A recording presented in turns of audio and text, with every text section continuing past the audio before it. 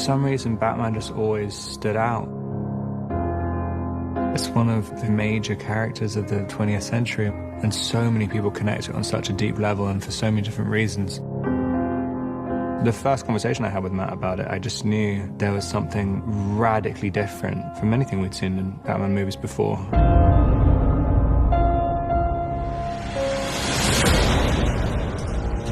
I felt that we'd seen lots of origin stories. We'd seen things go further and further into fantasy.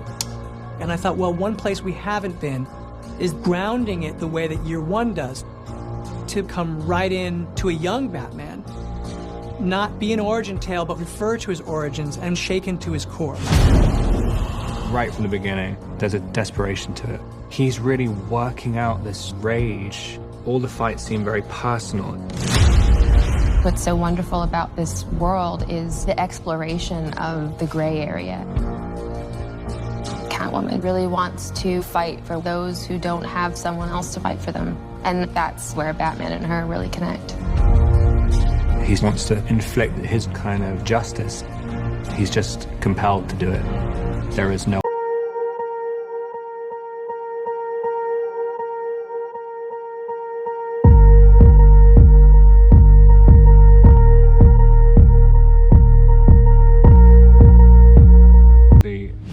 obsessive character. 2 years of nights turned me into a nocturnal animal. Normally, Batman seems to hold all the strings, but really in this, he's still trying to figure out exactly what Batman is.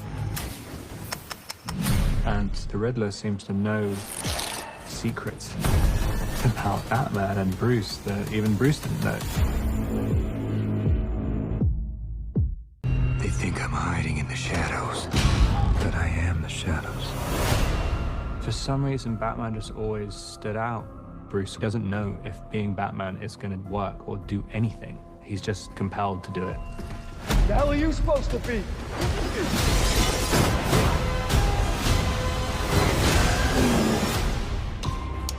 I've loved Batman since I was a kid. It's one of those stories that allows you to find a personal avenue into something. He's a very human character. There's always this argument with people who are into Batman where people are always asking, is the real Bruce Wayne, is his real self Batman or Bruce? He's just not so cleanly heroic. I find that really fun to try and find just a new way of doing something when, you know, a lot of your heroes have played it before. The killer left this with the Batman. Why is he writing to you? It's more about the psychological investigation of what it is to be capable of good and to be capable of darkness. I can't have an effect. I don't care what happens to me. Boy, hear everything they say. The mask separates Bruce Wayne and Batman in a stark way. There's something about Robert's face that creates a magic. You got a lot of cats. I have a thing about strays. When you see him in the batsuit silhouetted, his jawline and everything, he looks like the comic. It's pretty crazy. Who are you under there? What are you hiding?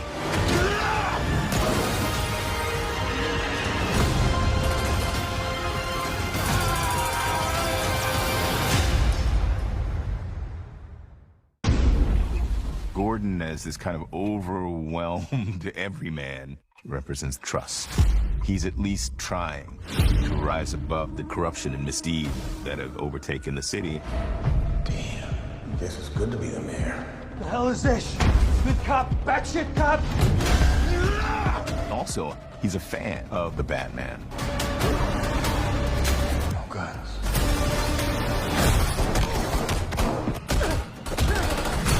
Yeah, man, that's your thing. It's one of his biggest fans. The first time I put on this batsuit, there's so much more maneuverability. You could actually jump around, you could crash into stuff. The suit does not make him invincible. It's just a few panels of bulletproof armor, and the rest is how much Bruce believes in it and how much his adversaries are scared of it. I like the handmade nature of everything. You can see the construction. It's an element of showing how do-it-yourself his version of Batman is. His tactical knife is actually stored as part of his chest plate and is actually his bat logo.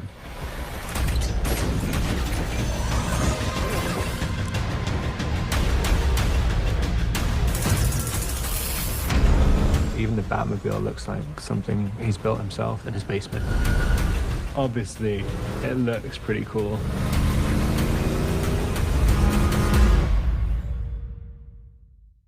The bat and the cat. If we don't stand up, no one will. What was really important to me was this idea of stray cats. She's a stray herself. Who are you under there? She looks at Batman in that way, and I think that's where their connection lies. You got a lot of cats. I have a thing about strays. Her friend goes missing, and that reignites her rage. She's not really Catwoman yet. She's more than just a sidekick. She doesn't need to be saved.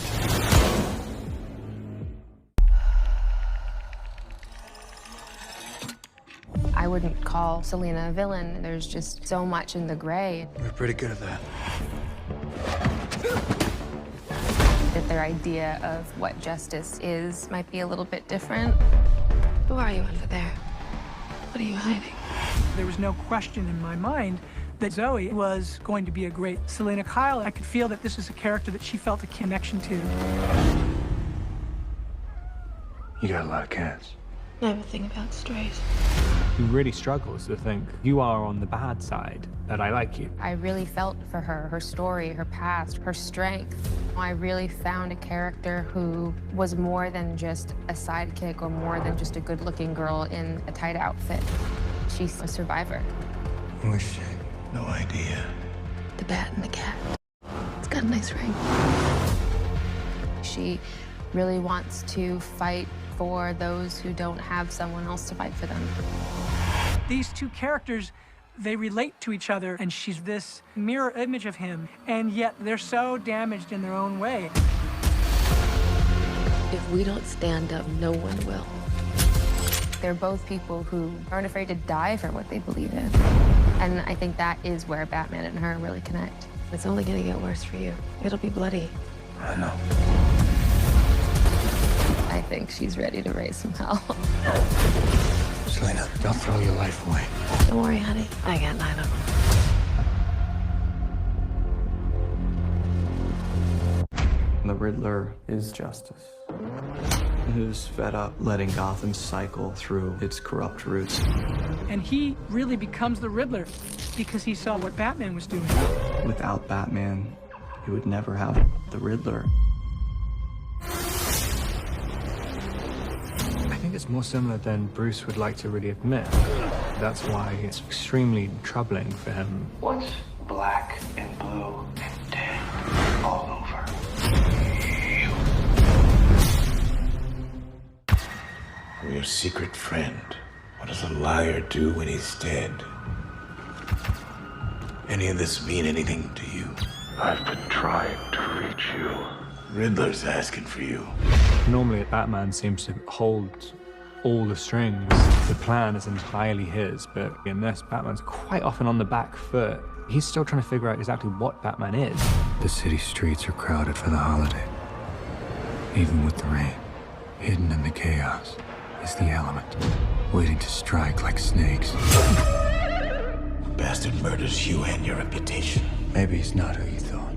You make it sound like he had it coming. Seeing the Batman was probably one of those transcendent moments in his life.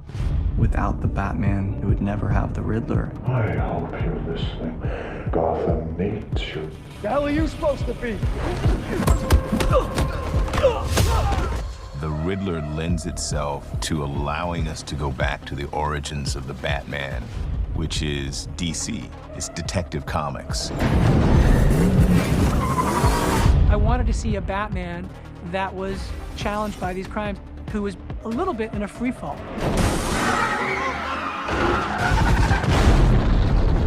The Riddler is more similar to him than Bruce would like to really admit. It's extremely troubling. The only difference in a lot of ways is that the Riddler follows through and his justice is fatal.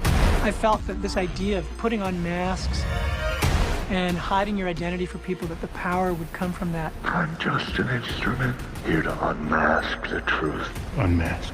You're part of this too.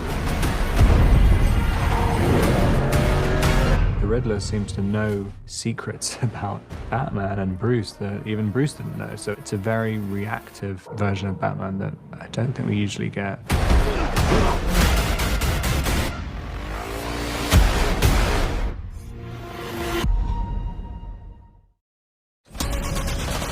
名探偵 VS 知能犯